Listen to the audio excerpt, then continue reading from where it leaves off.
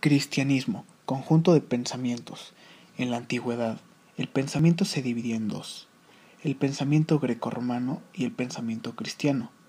Esta separación comenzó con el nacimiento de Cristo y se intensificó con su muerte y las enseñanzas de los apóstoles.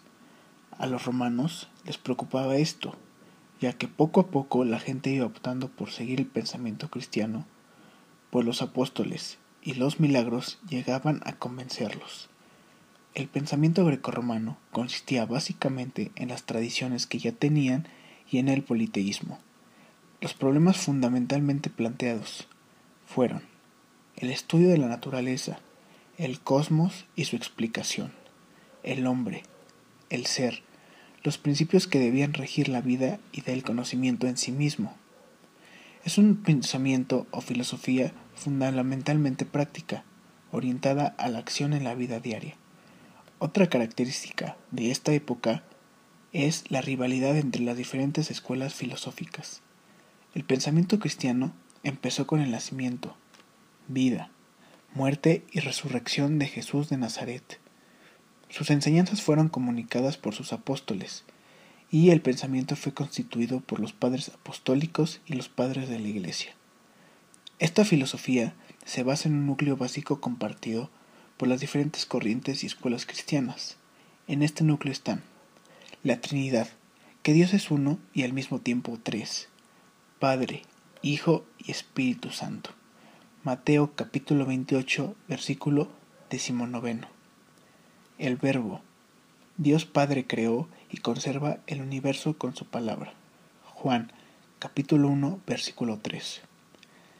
Dios siempre ha hecho saber a nuestros antepasados su voluntad por medio de profetas, y que la palabra final fue la encarnación de la palabra de Dios en su Hijo, Jesús de Nazaret. Hebreos capítulo 1, versículo 2, y Juan capítulo 14, versículo 1. La salvación. Perdón de nuestros pecados mediante la conversión y la victoria sobre todas las consecuencias de los mismos. Sus principales representantes en la época a tratar de este periodo antiguo son Santo Tomás de Aquino. Fue un teólogo y filósofo católico perteneciente a la orden de predicadores, el principal representante de la enseñanza escolástica. Su estudio se basó en la filosofía, tendiendo siempre a conocer a Dios. Gran parte de su obra consistió en la crítica a los trabajos de conocimiento de Aristóteles. Sus principales obras fueron la Suma Teológica, en el cual se tratan 495 cuestiones de la doctrina teológica, y la Suma contra los Gentiles, la cual trata acerca de la patrística, utilizada para defender la fe católica. San Agustín de Hipona. Su creencia se basa en que a partir de su conversión al racionalismo, en el cual rechaza la fe en nombre de la razón, o sea que la verdadera fe es aquella que los hombres tienden hacia Dios.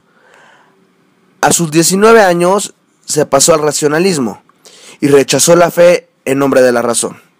Sin embargo, poco a poco fue cambiando de parecer hasta llegar a la conclusión de que razón y fe no están tan necesariamente en oposición, sino que su relación es complementariedad. Sus principales obras fueron Confesiones, que trata sobre su conversión al cristianismo después de una juventud muy pecadora, y La Ciudad de Dios, la cual es una suma apológica a favor del cristianismo. El cambio entre la creencia de varios dioses que eran injustos, vengativos, que castigaban y que no obraban siempre del todo bien, a la revelación de un único Dios omnipotente, omnipresente, bondadoso y que perdonaba a través del arrepentimiento fue brutal. A la gente le costó mucho poder creer que existía este ser todopoderoso y bueno. Tanto les costó que fue necesario que la mayoría de ellos perecieran milagros para que los no creyentes se transformaran. Esto no fue un rápido proceso.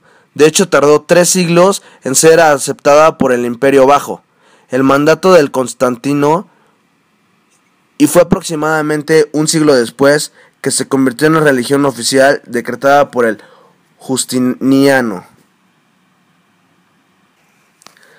Debido a que estas dos corrientes del pensamiento eran tan diferentes, en su principio el cristianismo fue muy perseguido por los romanos, al grado de que los apóstoles, al difundir el conocimiento, fueron castigados y ayudados por los judíos, que muchos de ellos estaban en contra del cristianismo.